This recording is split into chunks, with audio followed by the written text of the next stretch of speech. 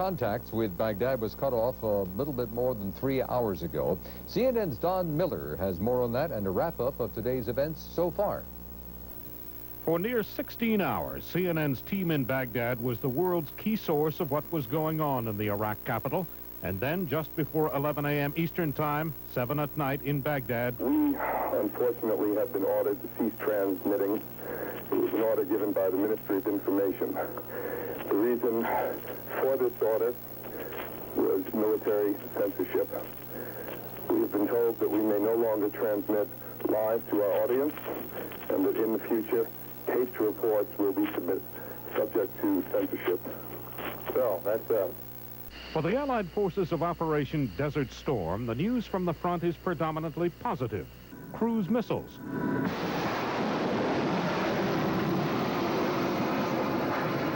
Launched from U.S. battleships in the Persian Gulf, plus aircraft from 5 nations, have blasted military and strategic targets belonging to the forces of Iraq's Saddam Hussein.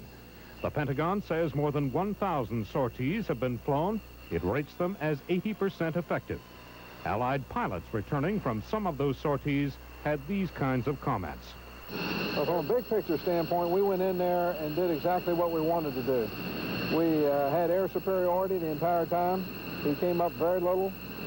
We went in with some very precision bombers. We went in some very heavily defended areas and dropped some excellent bombs and destroyed a lot of targets. I can tell you that where we went today, nobody showed up to challenge us. But in the midst of the positive assessment, the loss of a U.S. Navy pilot and his F-A-18 Hornet fighter bomber and 1 British Tornado GR-1 fighter bomber.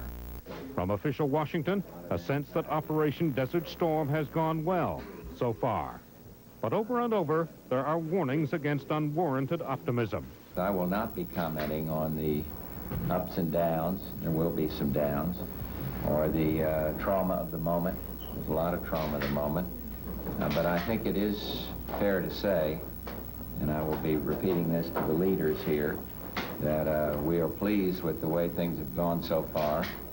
We are determined to finish what we've set out to do. This is a very serious business, that we are in the very early stages of an operation that may run for a considerable period of time.